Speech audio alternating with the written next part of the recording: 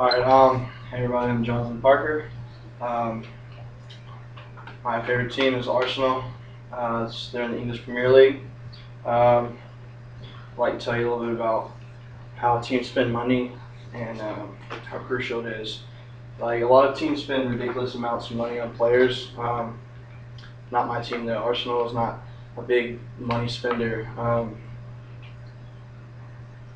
I'm an Arsenal fan. Arsenal right now, they sit sixth in the league, which is not really ideal. Regardless though, they're still top competitors in the league. They usually finish in the top four, qualify for the Champions League, and play in other cups as well too. As you can see, a lot of these teams, this is their debt. And Manchester United sits at the top with about £716 million in debt. This is from 2010 as well, so it's a little outdated, but it's still pretty accurate. Most people don't know how in debt teams are until they actually look it up. And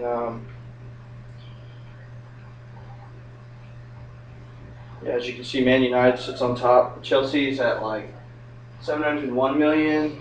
Liverpool, 351, Arsenal. I just said those four because they're usually the top four teams. Debt is something that a lot of clubs have. The reason they can have this is because the owners that they have are so rich and have so much credit that they can support that debt. However, Arsenal doesn't have the richest owner, such as like Manchester United and see Real Madrid and Barcelona are pretty up there. They're probably at the top now. For example, Real Madrid, they spent about £360 million in the summer of, or whatever their currency is, alone on players in like '09. That was probably like Kaká and Ronaldo. I know Ronaldo ends up being like 80 million himself.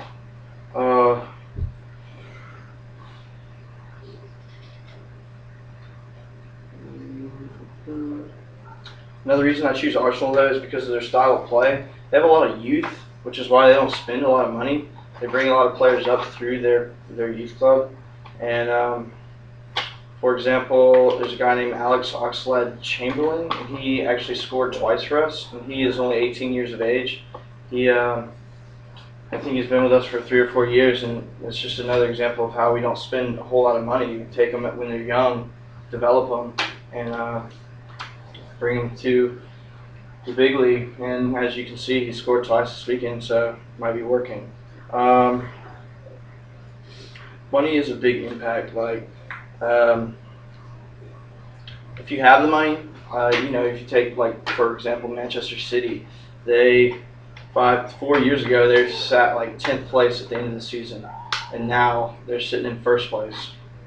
I guess you can say it's because of money, but is that helping their club be successful, or are they suffering from pounds of debt?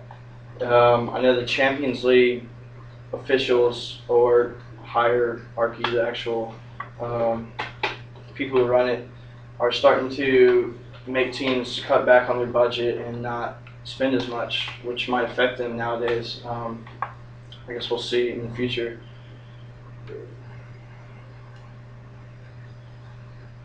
And it's not really fair to other clubs, because I know certain clubs have players on their teams that work during the day and then play during the night, and they don't have millions of pounds to spend on players to add to their team.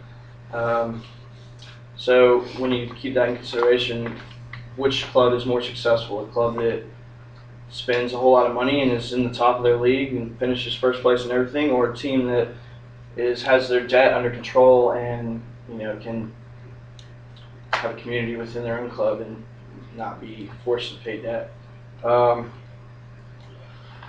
about Arsenal. Arsenal compete without money, which is respectable. For the most part, Arsenal are youth, and one of their top scorers is a guy named Robin Van Persie. They bought him a long time ago. He was somewhat expensive, but they kept him for so long, and now he's the top goal scorer in the league. Other people spend way too much money on other players, and they're not the top goal scorers. Arsenal has one of those. Um, I think this affected not only the way I played, but the way I viewed professional soccer.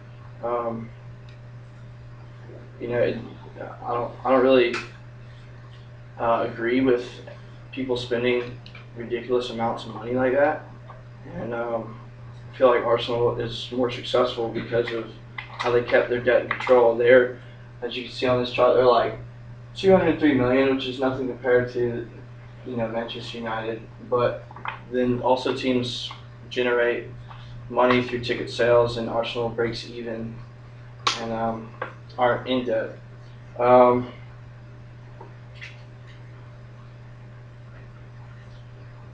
and I guess that's it. Any questions?